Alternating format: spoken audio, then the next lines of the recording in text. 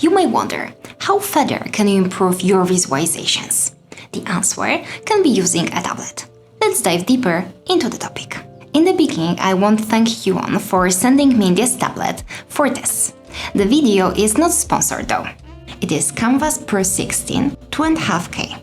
I put a link to this model in the description below the video. It will be a perfect suit for today's video, so let's start with a quick technical overview. First of all, you need to be aware that this cannot work on its own. You need to plug it into a laptop or PC, for instance. So it works more like a second screen with a pen. Talking about connectivity, we have two ways of plugging in the tablet. We can do it with a 3-in-2 cable or with USB-C to USB-C cable. I prefer to use a 3-in-2 cable as it helps in maintaining the order. The design is nice, it's minimalistic, and the textured aluminum bag makes it look more premium. It's pretty thin, it has just 1 cm thickness. And honestly, I think the size is a perfect compromise. It's not too big, so it doesn't take up too much space on the desk. We can easily rearrange it on the desk. And we can smoothly pack it into the laptop case and take with us outside the office if we want. But on the other hand, it is not too small, so we can work on the project efficiently and with pleasure. Plus, it's pretty light, it weighs less than 1.5 kilograms, which makes it really portable. The rubber grips help the tablet to stay in one place during drawing, which is pretty convenient if you prefer working on a tablet in the horizontal position. What is important for me, the same as with the monitors, the tablet screen is made of anti-glare edged glass that prevents glare from the outside environment. Another thing is a fully laminated screen that helps with precise drawing. Basically, it reduces the amount of space between the glass and the screen. Talking about the screen, I need to mention the 2.5K QHD resolution, which is 2560 by 1440. It's basically like adding 1/3 to a standard full HD monitor. This model has two options. It can work as a pen display or pen tablet. The pen display option is obviously better as you can see the changes you are doing on your tablet. It's easier to control, while with the pen tablet option you look at the screen and work on the tablet. I don't really like working like this, so I don't think I will ever use it. A great advantage is a battery-free pen, so we don't have to worry that at some point during work we need to charge it, which can be pretty annoying. Additionally, we have a stand that can be customized, so you can choose the angle that is the most suitable for you. You know that I really like to optimize my workflow, so these buttons here really help with that. 8 buttons is an optimal number as more will be too confusing. Let me show you how we can use the buttons during working on an image. I opened one of the images from my previous tutorials about post-production. If you haven't watched it yet, check it out. I put the link to it in the corner and in the description below the video. Anyway, everything that I will typically do by mouse, I do with the use of the pen now. For instance, I can add the mask to the people group and paint out some of them. I need to change the brush color to black. I can use the buttons to change the tool. For example, by default, the second button is erase, and the first one is a brush.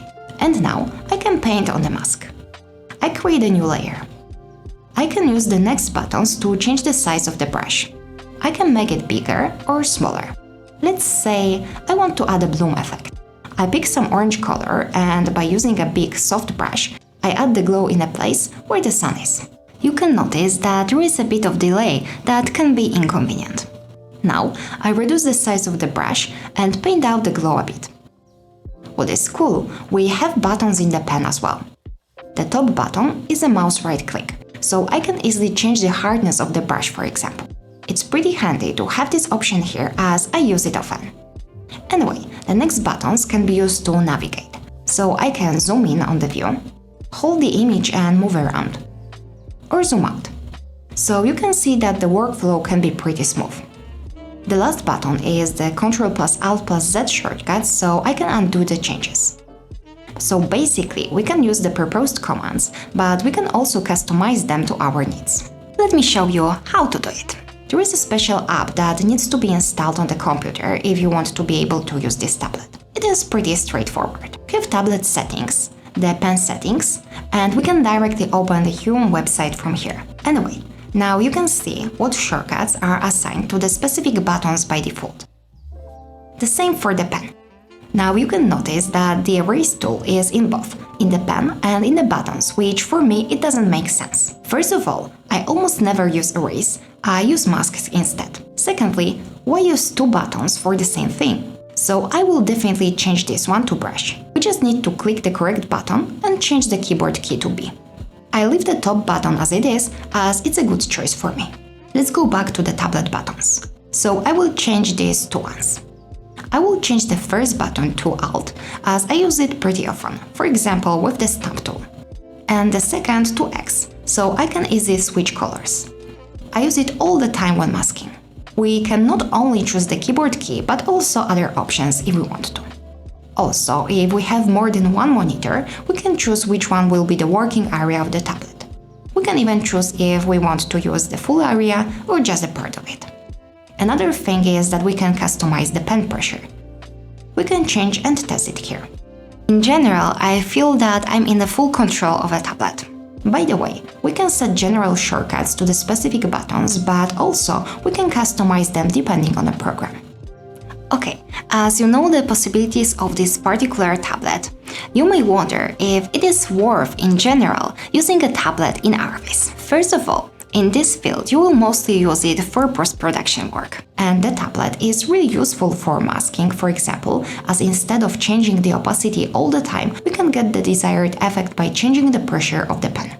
When working on this kind of stuff, this method is more precise than using a mouse. Plus, it's way more convenient and faster. Tablets gives a natural feeling, sort of more control. And using a mouse, in some cases, is just really inconvenient. So basically, everywhere where the pressure is important, a pen with a tablet will be a clear winner over the mouse. Another thing is that on the occasion, adding some parts in 2D is just easier and quicker than creating them in 3D. If this is the case, a tablet can be perfect for this job. Like in this example, adding the waterfall in 3D will involve lots of work and additional software like HUION. As it was not the main subject of the image, taking into consideration the balance of the work and time involved, finding the right image and adjusting it to the visualization was a better choice. Instead, I can find a proper 2D image with a similar perspective, adjust its size and point of view. I have way more control when using the pen in this case. Not only it is more convenient, but also more precise. I don't have to use the opacity option, I just change the pressure to get a similar result. With a combination of the buttons, it's a pretty pleasant and fast workflow. I don't have to use a mouse or a keyboard, I do everything on the tablet. If you want to watch the full tutorial on how to add the waterfall to this image, I put the link in the corner and in the description below the video. So tablets are perfect when using the technique called digital matte painting. So basically, you create a simple background or piece of the image in 3D software, and then you polish your visualization in the 2D software, for example, by using pieces of photographs. For instance, let's imagine a scenario in that I have a little time and need to make this image pretty fast. I could render only this house and do the rest in Photoshop. It can be a huge advantage in many cases, as you don't have to create everything in 3D, which involves a lot of working hours. Similar story if you want to add some nice background or foreground photo that involves a lot of masking. Also, the tablet is a must if you want to create stylish, more painted-like or atmospheric images rather than photorealistic visualizations. And finally, if you model a lot, a tablet will be super helpful for sculpturing, for example.